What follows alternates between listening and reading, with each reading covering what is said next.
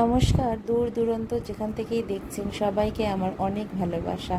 আর নতুন বন্ধুদের আমার সাদর আমন্ত্রণ, আর পুরনো বন্ধুদের সঙ্গে থাকার জন্য অসংখ্য ধন্যবাদ।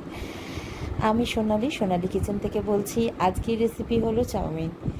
এগ চাউমিন বানাবো, তার জন্য আমি চাউমিন নিয়েছি একটা প্লেটের মধ্যে, আর নিয়েছি পেঁয়াজ, আলু, শসা আর ক্যাপসিকাম আর গাজর। জল গরম করতে দিয়েছি একটা পাত্রে, তার মধ্যে একটু নুন দিয়ে দিলাম। নুন দিয়ে জলটা ফুটে গেছে, তারপরে চাউমিনটা দিয়ে দিলাম এক এক করে। চাউমিনটা দিয়ে নেড়ে চেড়ে নিচ্ছি। চাউমিনটা হয়ে গেছে, এবার আমি জলটা ফেলে দিচ্ছি। একটা ঝাঁঝরির মধ্যে জলটা ফেলে দিচ্ছি, দিয়ে চাউমিনটাকে তুলে নেব।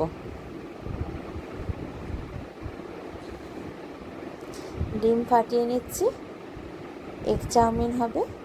দুটো ডিম ফাটিয়ে নিলাম, সামান্য একটু নুন দিয়ে দিলাম ডিমের মধ্যে, দিয়ে নাড়িয়ে নিলাম। ডিমটাকে ভালো করে ফাটিয়ে নিচ্ছি।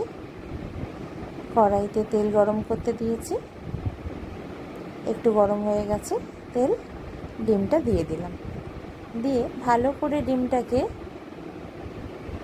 টুকরো টুকরো করে নিচ্ছি। ডিমটা ভাজা হয়ে গেছে, আমি তুলে নিলাম। আর একটু তেল দিয়ে পেঁয়াজ ভেজে নিচ্ছি। তার মধ্যে আলু দিয়ে দিলাম কেটে রাখা, আর গাজর দিয়ে দিলাম, আর কেটে রাখা ক্যাপসিকাম দিয়ে দিলাম, আর 3টে কাঁচা লঙ্কা দিয়ে দিলাম, আর স্বাদ অনুযায়ী নুন দিয়ে দিলাম। ভালো করে ভেজে নিয়েছি, ভাজা হয়ে গেছে। এবার একটা যে ডিমগুলো ভেজে রেখেছিলাম সেগুলো দিয়ে দিলাম, আর এক এক করে চাউমিনগুলো দিয়ে দিলাম কড়াইয়ের মধ্যে। দিয়ে